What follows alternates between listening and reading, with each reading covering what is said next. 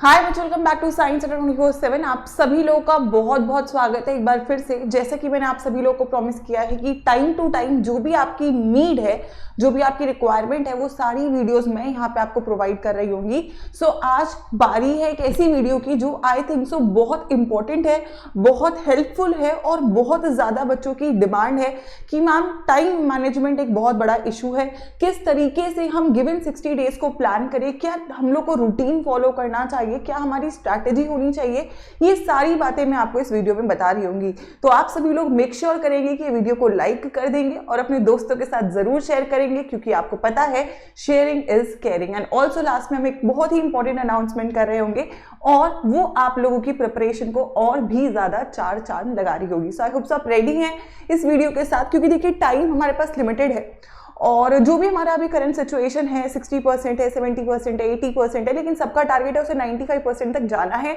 और बोर्ड्स में तो ये बेयर मिनिमम में करना ही करना है, लेकिन अगर हम लोग सही तरीके से यहाँ पे अपने टाइम को यूज करते हैं, दिसंबर का महीना है, जनवरी का महीना है, तो हम लोग यहाँ पे जो रिजल्ट्स है उनको पा रहे होंगे, राइट। सो सबसे इंपॉर्टेंट जो बात है वो ये है कि डेट शीट के अकॉर्डिंग पढ़ना बहुत इंपॉर्टेंट है। अगर मैं डेट शीट की बात करूँ और ब्रॉड एग्जाम्स की आपकी बात करूँ तो फिजिकल एजुकेशन 17 फेब को है, उसके बाद फिजिक्स का है, फिर केमिस्ट्री का है, मैथ्स है, इंग्लिश और 25 को आपको बायोलॉजी का पेपर है। तो क्या मैं इसके शेड्यूल में पढ़ूं कि भाई मैम मेरा पहले पेपर ये है तो मैं ये पढ़ता हूं, फिर ये पेपर है तो ये पढ़ता हूं, क्या इस तरीके से मेरे को पढ़ाई करनी है? तो इसका मतलब तो बेटा ये हुआ कि आप फेब तक अपना सिलेबस ही खत्म करोगे। फेब तक आप पहले फिजिक्स खत्म करोगे, फिर केमिस्ट्री खत्म करोगे, फिर मैथ्स, फिर इंग्लिश, फिर बायोलॉजी।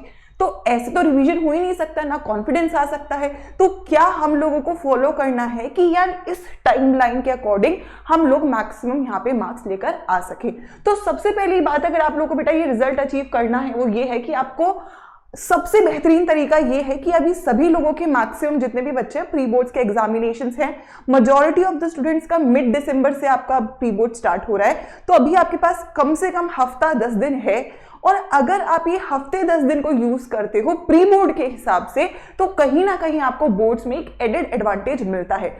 अक्सर बच्चे प्री बोर्ड्स को नेग्लेक्ट कर देते हैं, उसके लिए सीरियस नहीं होते, कहते हैं बहुत मुश्किल है, उसमें तो मार्क्स आनी ही नहीं है, उसे पढ़ के क्या ही मिलेगा, उसके तो मार्क्स ही नहीं लगने। ये सारी बातें सच है, लेकिन इवेंचुअली प्री बोर्ड्स आपको एक मोमेंटम देते हैं आपके बोर्ड्स के लिए।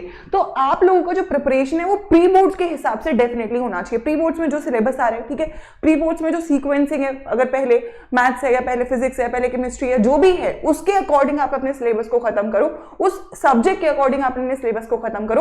क्योंकि प्री बोर्ड्स के साथ अगर आप लगभग 50-60% सिलेबस भी ओके कर लेते हो तो आपको एक काफी अच्छी एडवांटेज मिलेगी, यानी कि दिसंबर तक आपका 70-80% कम से कम सिलेबस पूरा होगा अगर आप प्री बोर्ड को अपना टारगेट लेके चलते हो। अगर आप बोर्ड को टारगेट लेके चलते हो तो बोर्ड तक आप सिलेबस ही अगर खत्म करते रहे तो आप रिवीजन नहीं कर पाएंगे, रिवीजन नहीं होगा तो बोर्ड्स में आप मार्क्स नहीं ला पाएंगे, क्योंकि वहां पे you are in a panic situation. जब आपके सामने एग्जाम आता है और आपने रिवीजन नहीं करा होता तो आप चीजों को भूल जाते हो, और इसीलिए आप देख रहे होगे जो अभी वाले एग्जाम्स है उसमें आपके मार्क्स रिलेटिवली कम आ रहे हैं, क्योंकि इस वक्त आपका रिवीजन अच्छा नहीं है। बोर्ड्स में मार्क्स अच्छे किन बच्चों के आते हैं और कब आते हैं? जब वो लोग टाइमली सिलेबस खत्म करते हैं, रिवीजन बहुत सारे हो जाते हैं, इसीलिए प्री बोर्ड से ज्यादा नंबर बोर्ड्स में आते हैं। क्योंकि प्री बोर्ड में आप डर की वजह से पढ़ाई, मतलब बेसिकली प्री बोर्ड में जब मार्क्स नहीं आते तो डर लगता है, फिर पढ़ाई करना शुरू करते हो, इसलिए बोर्ड्स में नंबर आते हैं। लेकिन अगर यही काम मैं प्री बोर्ड से कर लूं, प्री बोर्ड में ही मैं अच्छे नंबर लाना स्टार्ट करूं, तो बोर्ड्स में आप उससे कम से कम 20-25%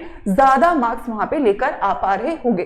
तो उसके हिसाब से आप सिलेबस को खत्म करें, और ये इसके प्राइम बेनिफिट्स है जो मैंने आपको बताया। इवेंचुअली आपके बोर्ड्स यहाँ पे बहुत अच्छे हो रहे होंगे अगर आप प्री बोर्ड्स के अकॉर्डिंग अपने दिन को और अपने सिलेबस को प्लान करते हो, ठीक है। तो पहली बात तो ये रही। अच्छा, टारगेट क्या रखना है? दिसंबर का महीना आप शुरू होने वाले हैं, तो दिसंबर में आपको सिलेबस प्री बोर्ड्स के साथ खत्म करना है, ठीक है। जो भी प्री बोर्ड्स जब तक भी हैं, मेक श्योर करो सिलेबस एटलीस्ट सिलेबस आप खत्म कर लो। एंड जनवरी में इवेंचुअली बच्चों के प्रैक्टिकल्स रहेंगे, तो आधा जनवरी वहां भी जाने वाले, फाइल्स कंप्लीट करनी है, वाइवा की तैयारी करनी होगी। स्पेसिफिकली अगर मैं बात करूं फिजिक्स में या मैथ्स में, केमिस्ट्री में या बायोलॉजी में, तो वो टाइम निकालना पड़ेगा, ठीक है। उसके साथ हमें सैंपल पेपर्स और पीवाईक्यूज पे जाना है, बट ये टाइम तो निकलेगा ना, आप वहां पे सिलेबस खत्म नहीं कर पाओगे। जनवरी का महीना इज अ वेरी हेक्टिक महीना, तो आपके पास जो टाइम है वो दिसंबर ही है, दिसंबर में ही खत्म करना है, क्योंकि जनवरी आपके हाथ में है नहीं और फेब में तो पेपर ही आने वाले हैं। तो उस वक्त आप सिलेबस को अगर खत्म करने की कोशिश करोगे तो बहुत ही पीछे हो जाओगे उन बच्चों से जो टाइमली सिलेबस को खत्म कर रहे हैं। ठीक है, तो पहली बात अपने दिमाग में ये बातें क्लियर करें, प्री बोर्ड ही बोर्ड समझ के पेपर दो, इसको सीरियसली लो और सिलेबस को यहीं पर खत्म करो। अब कैसे खत्म करना है, कैसे पढ़ना है, दिन को कैसे डिवाइड करना है, उसके लिए मैं आपको 2 रूटीन यहाँ पे दे रही हूँ। एक उन बच्चों के लिए जिनको अभी स्कूल जाना पड़ रहा है, पेरेंट्स फोर्स कर रहे हैं या फिर स्कूल फोर्स कर रहा है कि अभी आना ही है, तो उन बच्चों का क्या रूटीन हो सकता है, और वो बच्चे जिनका सॉर्टेड है, वो स्कूल इतना नहीं जा रहे हैं, उनके पास ज्यादा टाइम है, वो कैसे अपनी चीजों को फॉलो करें। ठीक है, तो सबसे पहले हम बात कर लेते हैं उन बच्चों के लिए जो स्कूल जा रहे हैं। तो आपको सुबह जल्दी उठना बहुत इंपॉर्टेंट है। ठीक है, अब तो पढ़ना ही, अब तो बस सर पे आ चुका है एग्जाम, है ना, तो सुबह 6 बजे से आपको पढ़ने बैठ रहा है। ठीक है, ऐसा नहीं है कि मैम बहुत मेहनत है, करनी पड़ेगी बेटा, आप पूरे साल नहीं करी तो अब तो करनी पड़ेगी, है ना।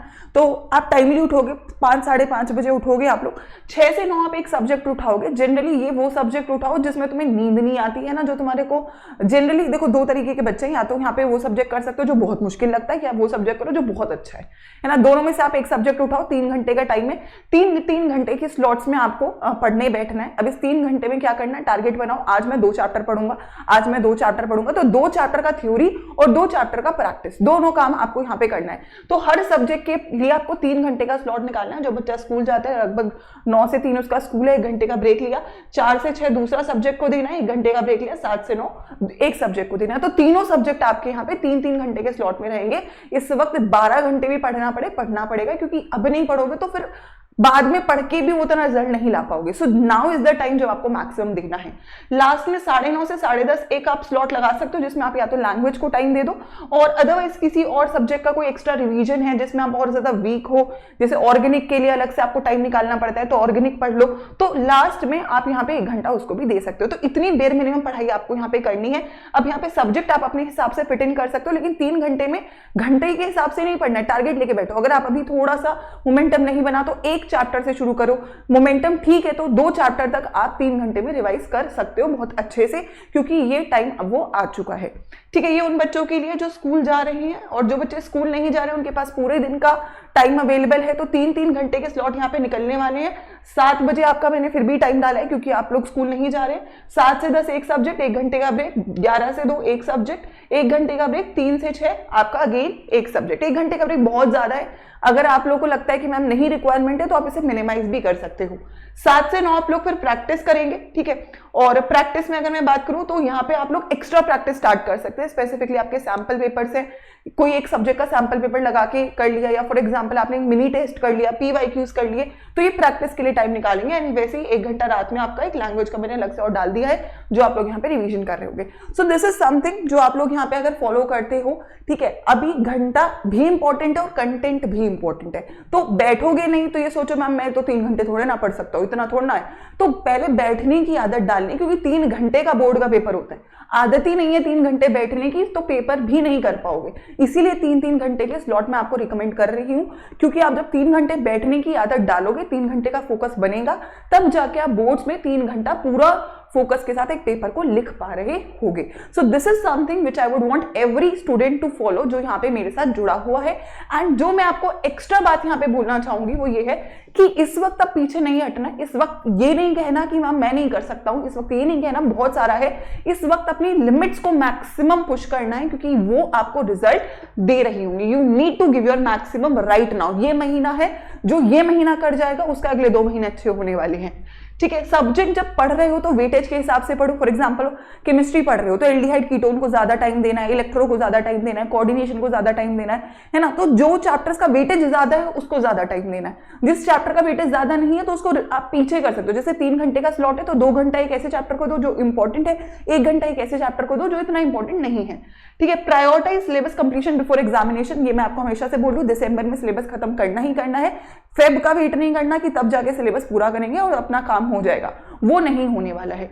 रिवीजन साइकिल्स आपको उससे पहले ही शुरू करनी है, इसलिए प्री बोर्ड के साथ एक बार हो जाएगा, एंड देन हम जनवरी और फेब में करेंगे, तो वो रिवीजन हम वहां पे कर लेंगे। लेकिन देर मिनिमम दिसंबर पे सिलेबस को खत्म करना है, and eventually practice is going to make the difference. Sample paper and PYQs are only something which are going to create a difference. केवल थ्योरी पढ़ने से नहीं होगा। अगर आप लोग लिखना नहीं जानते हो, पेपर अटेम्प्ट करना नहीं जानते हो, तो थ्योरी आने के बावजूद भी आप मार्क्स नहीं ला पा रहे होगे, है ना। तो ये 5 बातें बहुत क्रूशियल हैं जो आप लोगों को ध्यान रखनी है, चीज़ों को फॉलो करना है। और मैं चाहती हूँ यहाँ पे अगर आप जुड़े हुए हो तो मैं आपकी रिस्पॉन्सिबिलिटी अगर ले रही हूँ तो you need to be there with me. Yes ma'am, हम एक टीम है और हम लोग साथ में मिलकर ये काम करने वाले हैं। तो आप मुझे कमेंट सेक्शन में अपना नाम, आप मेरे साथ कहाँ से जुड़े हो और क्या आप रेडी हो ये 60 डेज अपना बेस्ट देने के लिए, वो प्रॉमिस करके जाओगे कि yes ma'am we will do that. So this is something which I want from your side. And special announcement बेटा ये है, जैसा कि मैंने आप लोगों को बता ही दिया है कि अब हम लोगों की वो घड़ी आ चुकी है जिसका आप सभी लोगों को इंतजार था और शायद मुझे लगता है मैक्सिमम बच्चों को पता है। तो केमिस्ट्री के लिए मैंने आपकी रिस्पॉन्सिबिलिटी ली है अगले 60 दिन की, और यहाँ पे मैं पहली शुरुआत करने जा रही हूँ आपकी सबसे पहली मैराथन के साथ। So here I am announcing बच्चों, आपके लिए लेकर आ रही हूँ मैं फुल ऑन मैराथन, जो कि आपकी फुल ऑन केमिस्ट्री को प्रिपेयर करवा रही होगी, जिसके लिए हम मिलेंगे 8 दिसंबर को।